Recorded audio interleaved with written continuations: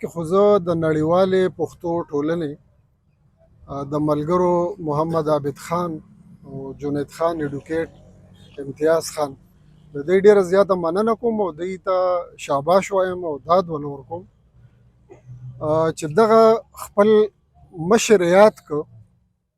او څنګه چې سلیم ورور خبره وکړه چې دا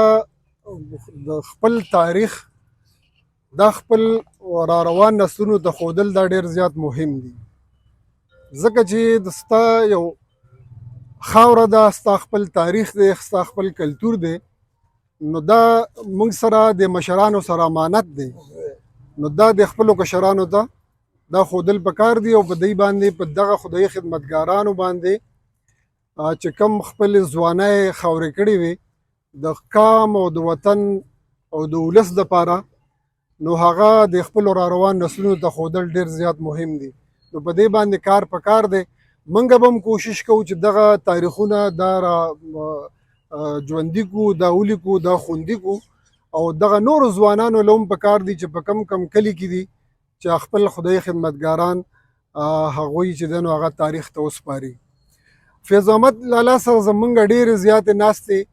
شوې وې سفرونه هم ورسره شوي وو خو هسې عام طور چې خلک دوه درې څلور ملګري یو ځای شي نو د یو بل نه تپوس کوي د کاروبار تپوس کوي د بچو تپوس کوي دا کوي دا کوي د فیض احمد کاکا نه ما چرته چې میلاو شوی دی نو دغه خبرې ماته نه دي اورېدلې یا د خپلو ستونزو کړمو هغه ذکر کول او دا کول دا خبرې هغه بالکل نه کړي بس چې میلاو به شه